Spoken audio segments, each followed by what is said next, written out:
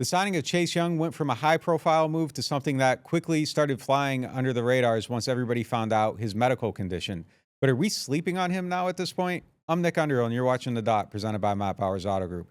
Chase Young has never topped 7.5 sacks, but he was once the number 2 pick in the NFL draft. And he's somebody with a ton of potential and a ton of talent. But when you talk about this team and you read about what people are saying about this team, quite often he's not figured into the mix. And I think at this point, people are kind of sleeping on Young a little bit. He got a good update from his surgeon this offseason, and I think it's set up for him to have a huge impact on this team. And there's a few reasons I think that.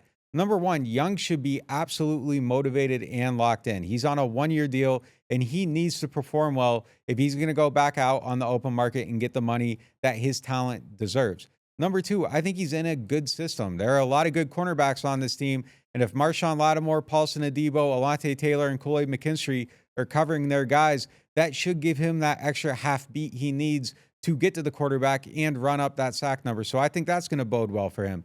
And number three, say what you will about the Saints, they have a great defensive culture, and I think being part of that, being bought into it, being around guys like Cam Jordan, Demario Davis, and Tyrann Mathieu are going to help put him on track and get him in a position to where he can maximize his talent and make the most of this situation and build on his success. So I think at this point, people are sleeping on him a little bit. I think he's going to have a great year, and I think he's going to be able to go out next year and collect on his talent on the open market.